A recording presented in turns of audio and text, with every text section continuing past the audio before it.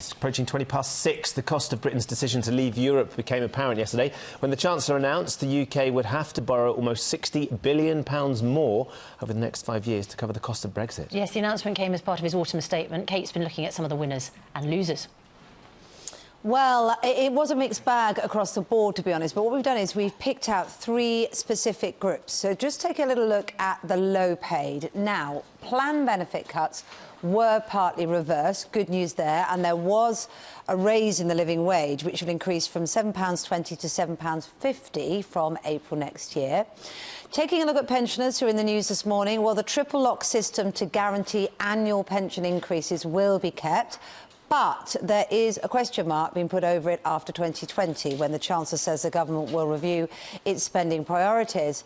And while on one hand, drivers will be glad at an extended freeze on fuel duty, the tax on insurance premiums is going up, which may take the cost of car insurance up with it.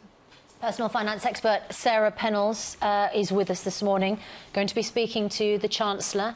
In about an hour's time, going to be speaking to the Shadow Chancellor, John McDonnell, as well. So what do you think are the key issues here, particularly for this group that, you know, we're calling the just about managings? I think the real issue was that there wasn't particularly anything in this autumn statement for them. Now, I do appreciate that Philip Hammond really had very little wriggle room. In fact, none if you look at the forecasts, as we were just hearing about. I mean, next year is going to be the first year where living standards fall. It's the first year for several years. Now, that was there in black and white in the budget documents, and we all know what's happened in terms of lower growth forecasts, higher inflation, lower earnings. So that there really was very little wriggle room. But I think that there was not much. I mean, there's no one big measure that was going to generate the headlines, which we got very used to with George Osborne's budgets.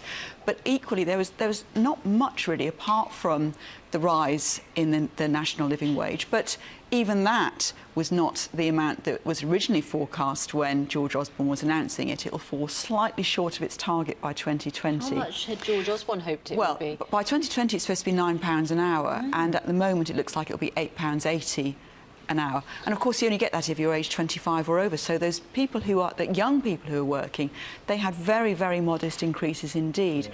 Plus, we have things like the insurance premium tax. One of those clever taxes, because we either shop around for our insurance or we just don't know what we paid last year. But before the 1st of November last year, insurance premium tax was 6%, went up to 9.5% in November, then it went up to 10% on the 1st of October, 12% next June. That is actually quite an increase if you have, it affects pet insurance, home insurance, car insurance, those kind of policies. People will see a difference in that kind of purchase. What about because the Tories, I guess, would argue that they're raising the living wage, as you mentioned, they've raised the personal tax allowance, they're freezing fuel duty, they're changing the way the universal credit taper's going to work, so they will argue that they're doing their best for those working families. Yeah, and I mean, they are under very tough constraints, but if you look at the universal credit, I mean, that was, instead of losing 65 pence in the pound once you start earning more than a certain amount, you'll now lose 63 pence in the pound, 2 pence. The fuel duty freeze, the headline they were looking for, I think, was it'll save £130 a year.